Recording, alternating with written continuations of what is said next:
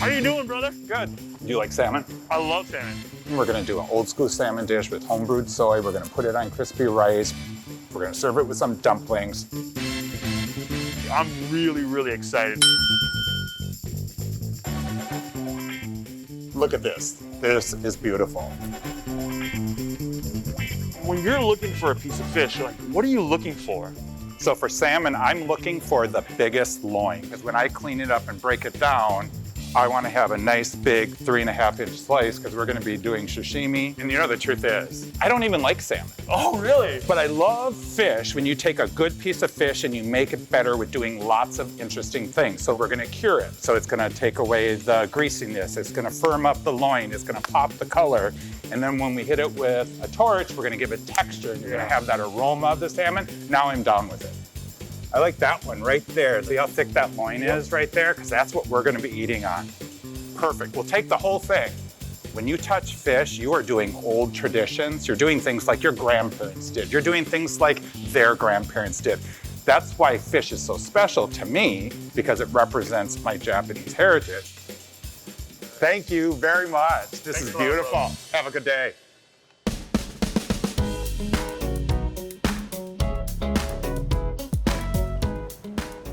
Can I open it? Yeah. It's like Christmas. We have this salmon, whole fillet of salmon. So we're probably looking at just under 3 pounds of Ora King. Ora King being #1 grade, being what you want to do when you go into your fishmonger saying, what's sushi grade or what's #1 grade? Here's the head, here's the loin, tail, here's the belly. For what we're doing today, we're going to concentrate just on the loin. It has skin on. I have them leave it on because I like to trim it down myself. You can ask a fishmonger to trim it down. And you can also ask them to take out the pin bones. Yep, and we had them take out the pin bones just so we didn't have to work that hard. So this is easy to break this down. I'm going to break it down into a saku, which is about the width of my hand. We're going to go down. I'm going to cut right through the loin and the belly. So your knife here looks a little different than most chef knives at home. So this is a Japanese knife exclusively used for cutting fish. It's a yanagi knife. A Japanese knife is sharp on one side. A Western knife is sharp on both sides. Double bevel, single bevel, yep. I love to start with this one. So again, skin, bloodline, loin, belly, a little bit of extra fiber right in the middle. So I'm going to scoop the loin out, scoop the belly out. And then I'm going to flip it before I get to the end so I can trim off and I don't get that extra fiber right there. So there's the loin. I'm going to turn it around. I'm going to go on the other side of the fiber. Where did you learn how to do this? So I did everything I could on my own. I watched all the YouTube videos. I bought the sushi kits. I took cooking classes, and then I hit the wall. And then I realized that it was really important to me to identify with my Japanese American heritage. And I thought, what better way than to take a really interesting tool like cooking to kind of tell my story. I literally make cured salmon so that people can learn about the Japanese American experience. Just like having a restaurant or cooking for a group of 10 people. That's 10 people that are on the same page with you, that accept you for who you are, accept you for being a marginalized group. We all have that one private story where a kid in 8th grade made sure he was going to make me feel marginalized and call me a Jap and make me know the pain and the sting of you're different and you're not the majority. And I knew from that point on that the world would see me as different. I knew that I looked different. I knew that I had a different story. My story is that I'm half Japanese, half German. My grandmother was a chef when she came over from Japan to California in 1917, and she ran a restaurant as a single parent with 5 kids all the way up until the war. Women didn't do that in the 20s and 30s. Women didn't do that, and women weren't successful, but she was. Let alone like in America as an immigrant. You know? Exactly. So I literally do this so I can tell you and talk about my grandmother. That's amazing.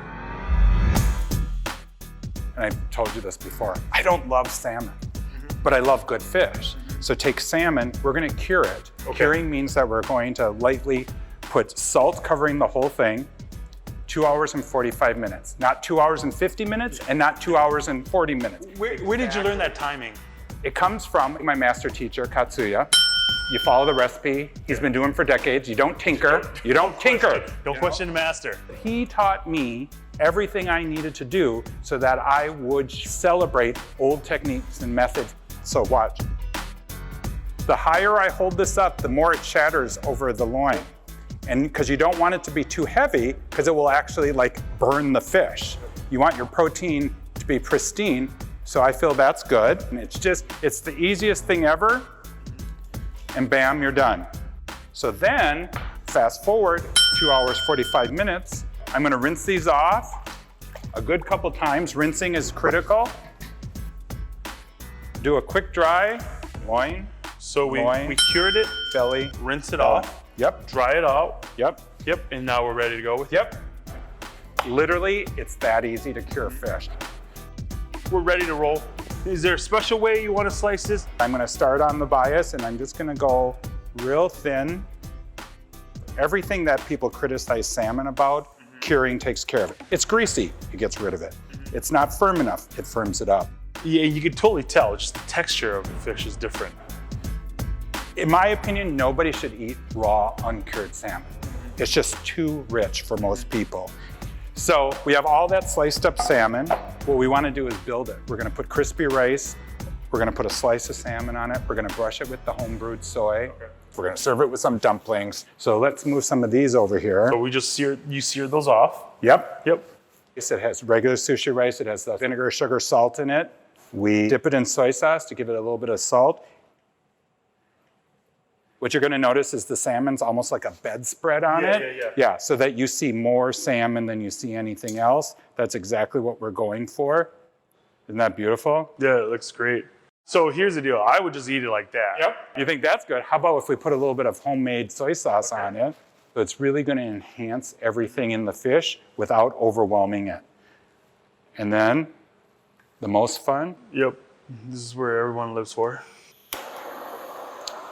So what I'm not gonna do is move it all around because we're not cooking the fish. We're giving it a light sear to bring out all the oil and give it a little char to add another level of texture to it. So I'll do this one. And that helps caramelize that soy also. Yep, exactly. It's just awesome. I'll finish these 3 and then we'll dress it up. All I do is put a smudge of wasabi on top and a pinch of scallions. So here we are. Everything's finished. It's simple. This is so simple because there's like not a lot of ingredients in it, you know. And it's pristine. It's pure. Yep, and just really good technique. Just using great technique, and it looks delicious. It's all about the technique. Let's plate it up. I don't have many prized possessions, but this is one of them. So this is my grandmother's plate from the restaurant circa 1920-ish. Wow. Yeah. Tell us a little bit more about it. So I don't know if it's a great plate. I just know that this is the plate that she would make plates of food and share it with the neighbors. And so to know that my grandmother in her restaurant in Sacramento, California in the 20s and 30s was making food and plating it up literally as we're doing it today really is. It's almost an emotional thing. And that's why I like to share it. So let me go ahead and build it up with some seared salmon. Do you know why I use purple cabbage? No. All of my elders are gone. But they all said, Grandma put something crunchy as a garnish under the dumplings. They're all gone. I'll never know what that was. My dad could never remember it. There are no written recipes. But I really do use purple cabbage under it for the crunch. But it's also that pop of color. Every day, every dish, I get that gentle reminder of Grandma. Every single aspect of everything on this plate, including the plate, is telling part of the story, the part of the story that my grandmother, my aunts and uncles, my dad were in war camps in Northern California. Lost everything, lost a business, lost a house, everything.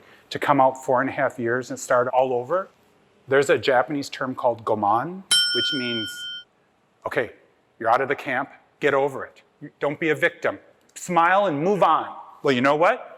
They did. Yeah. Everybody moved on. They didn't talk about the war camp in my family until I was like 16 years old when I'm like, no, I need to know more. Help me understand. I mean, they really just moved on. And so this is my way to, again, to talk about and bring all those things forward. And that's kind of what I live and stand by, actually, to break the Goman history, tell the story, tell as much information, tell it through food, tell it on a great platter and everything like that, and keep it simple, but keep it real. John, this looks so delicious. I'm so excited to try this. Enjoy that salmon, cured, seared, crispy rice cake. I love that salmon. One of my favorite things about it is that quick sear at the end. Every step has the flavor. There's a reason for putting the crispy rice in the soy. Like every step has a little flavor. Even just that little wasabi, just that little spice, that little kick. Just a little bit, just a little bit. Great food that can tell a great story really is interesting. How did you get so captivated by this whole idea of like telling stories through food? You know, I've been doing food for like 10 years. Prior to going to school, it was in 1996 that my mom called me home from work. I cooked for her. I cooked for her a pork chop. But she called me home to spend time together doing something normal like eating. That's all she wanted. She didn't eat the pork chop either.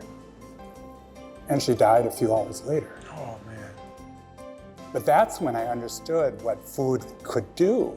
What a great thing that she had the courage to ask for a pork chop that day and I could spend that moment with her. Food, there's no other, I can't think of one other tool like this that can do that kind of powerful healing, that kind of powerful relationship interaction with your mom in her last day. And I'm forever grateful for that. There you go. So then on these, I would just butterfly these and you'd get one portion, but everything would be used. In the cooking world, we just call that our snacky snack. Yeah, no snacky snacks. We want 100% yield. There's a couple bucks there, so no snacky snacks.